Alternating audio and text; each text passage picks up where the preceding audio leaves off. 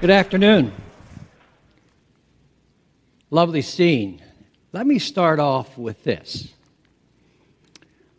I've wanted to say this for a long time.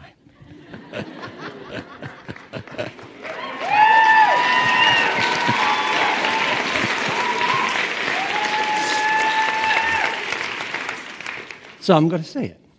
Bid farewell to the alpha male leadership style. Yeah. No, wait a minute. These are alpha males, but they're not humans.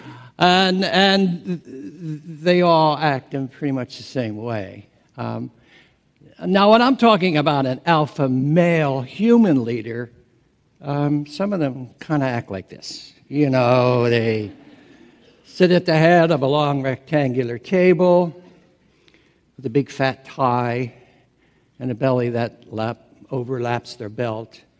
And they will raise their eyebrows, pound the table, bare their teeth, and roar until they get their way. And they always do. So what in your imagination does a human alpha male leader look like? Well, put that image right there. Now, we've done a lot of research on leadership characteristics, and of course, we looked at the alpha male. And these are just a few of their characteristics. They're bold, domineering, achievement-focused, competitive, decisive, aggressive, critical, self-centered. Yeah, they can be creative. But this kind of gives you some idea of their particular leadership style. Now, why would I be suggesting that we bid farewell to this style? I know this is a cliche, but the world is changing. It's getting smaller, thanks to the internet, thanks to tourism, thanks to the media, thanks to immigration. Look at this audience. How many people of different colors are sitting in this audience, from different cultural and ethnic backgrounds, many of whom speak 2 or 3 languages, many of whom in this audience practice different traditions, customs, ceremonies, and rituals. All you have to do is go to a bus station, train station, an airport terminal, a shopping mall, or walk down a busy street, and you'll see people of all colors, speaking different languages, wearing different clothing, interacting with one another in very culturally stylistic ways. And this is happening more and more and more. And then, if you happen to be in a big shopping mall, you'll see all these restaurants from countries that we never knew existed serving food that really smells good. Well, if that's changing, then you probably suspect that people from different cultural backgrounds also follow people who lead differently from one another. So, let me give you an example. This is Diane. Diane grew up in a small Alaska Native tribal village. Loving family, loving community, steeped in the traditions of the tribe that go back for centuries. Early on as a child, it became readily apparent to her parents and the elders in the village that Diane was special. She had a gift. She was going somewhere. She was going to make a mark. She graduated high school very quickly, then college very quickly, then graduate school very quickly, and got into the research world, got research grants, published article after article, conducted research in her labs that were producing some phenomenal findings. She belonged to a very large organization. They noticed her. The board of trustees were talking one day, and they said, maybe it's time we change who is the president of our organization, because in the past we've always had men. So they started talking about Diane. And they agreed to approach her, and they did. And Diane was a little taken aback. She was flattered, honored. But she told them, no, I can't accept your offer. Thank you, but I'm not ready. Well, they were disappointed, and all of them being males, they said, well, let's try another strategy. So they did, and they returned to visit with Diane a couple of weeks later and put out the same proposal again. Diane listened carefully, attentively, and this time she said, give me some time. I need to go back to my village in Alaska and talk with my family, to talk with the elders, to talk with the spiritual people, to get some advice. And she did. She came back and she called a meeting of the Board of Trustees, and they showed up, and she told them that she would accept their offer. They were elated. Not soon thereafter, Diane started talking with people, the custodians, the clerical staff, the lab technicians, the salespeople who came by to sell equipment, the junior researchers, the senior level researchers, the academics in their field that were part of the organization. And all the while that she was talking with each one of these, almost on an individual basis, she also made another decision. She decided to remodel the meeting room. She got rid of that long rectangular table, with the chairs around it, and she put in a round one. And then around the large round table, she put smaller round tables with chairs around them, so that when people came in for a meeting, they had to face each other. There was no one who stood out, as often happens when you have a rectangular table. But there were some of the members of the board who were a little uneasy. Things weren't happening quickly enough. They had projects to complete, goals to meet, proposals to write. So they approached her, at least a few did, and said, you're taking too much time. We need to see some things happening. And she said, please be patient. She looked at him and said, look, you asked me to be the president of this organization, and I only know one leadership style.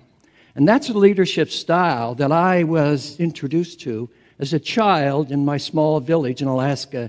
And that leadership style lasted for thousands of years. And I'm using that style. And you know what? It seems to be working. So be patient. And they were. And indeed, it did work. They achieved all their goals. They got all the proposals written and approved. But more than anything else, the level of enthusiasm ratcheted up. People were excited. They looked forward to staying late in the laboratory and experimenting with X, Y, and Z, and talking with one another and collaborating with one another. This organization never saw anything like it.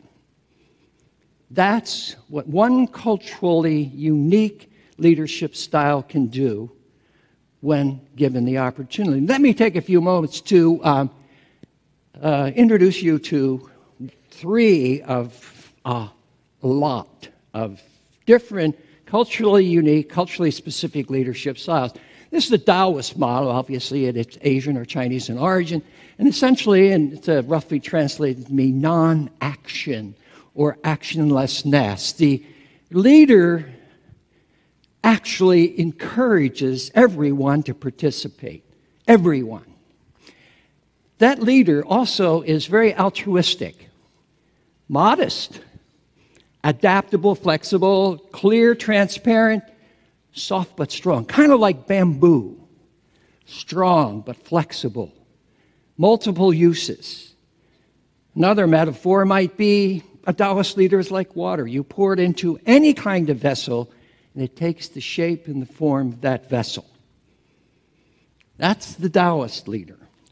Next, we have the silent or individual or indivisible leader. This person really, really believes that everything and everyone is connected to everything else. And they value that. But in addition to valuing that connectedness that exists between people, they take the time to listen to everybody. And it could take a long time. They tend to push from behind. They're not out in front. So they're behind. And they're often reluctant to assume the leadership role. They don't grow up saying, I'm going to be the leader of this organization or this company or this community. No, that's not in their thought at all until somebody comes up and says, we think you might be the ideal person. What's interesting about the individual or indivisible leader is that she takes a great deal of pride in seeing the people experience the joy of achieving success. That they're the ones, not he or she, who may be that silent leader. It is the joy that people are feeling and expressing about their successes. Finally, for now anyway, we have the benevolent paternalistic or maternalistic leader. This is an egalitarian style of leadership. The leader she sees the community as a large, extended family. Everyone's related. They will seek out skills. They will know the skills of everybody in the organization, in the community, in the group, and make sure that those skills are put to use to the betterment of the goals and missions of the organization and the community itself. They value consensus building. Nope. We're not going to do anything until everybody agrees. They tend to be elders.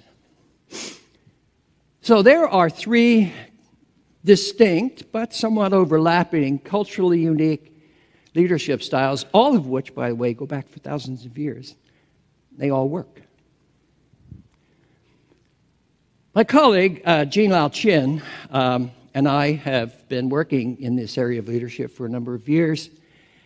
And a few years ago, she started identifying all the characteristics of leaders that appeared in print and also interviewed lots of people from lots of different cultures.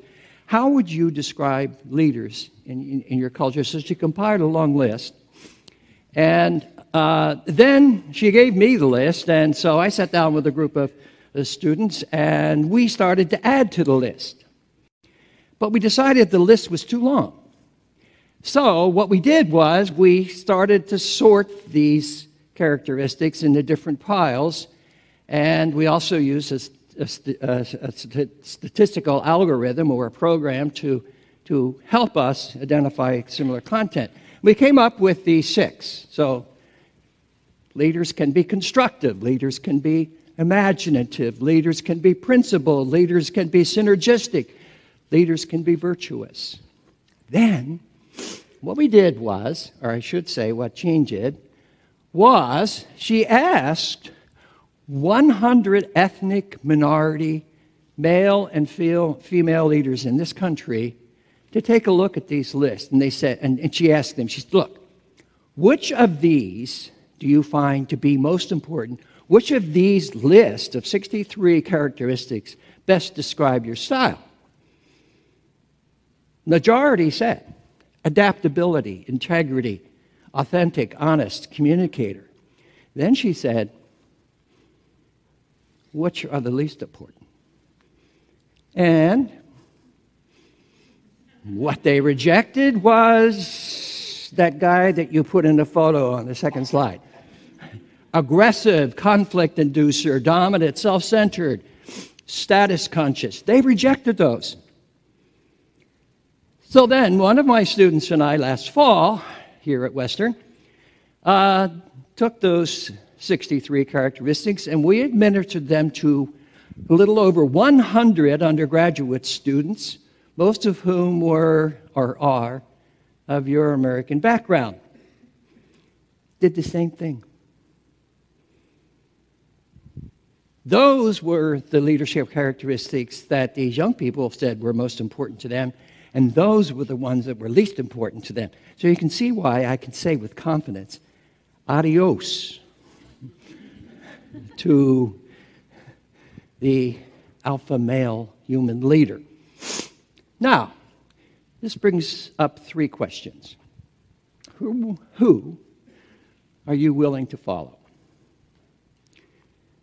What kind of leader are you going to be? And what could we have if we welcome different leadership styles? What could we have? Now, this is a lovely graphic, and it actually is a graphic that Jean-Lao Chin and I chose to be on the cover of our book titled Diversity in Leadership. It's been expanded by a friend of ours, and you can see that it's origami birds of different colors. And they're all converging to this place. Call this Mother Earth. Call this our place. And notice that as these birds fly to this place, they still keep their same colors. So metaphorically, they're keeping their values, they're keeping their traditions, they're keeping their customs, they're keeping their life ways, they're keeping their thought ways. And they're still interacting with one another. So in a place like this, what we're seeing is culture and diversity being valued, being appreciated. We're also seeing or imagining that people follow different leaders and people lead differently. And those styles are embraced. But also what we see is no ceiling. That everyone who converges onto this place that we call Mother Earth has an opportunity to realize their dreams, to succeed in their chosen professions. But the most important thing about this image is that it's teeming with respect. Thank you for your attention. Thank you for your presence.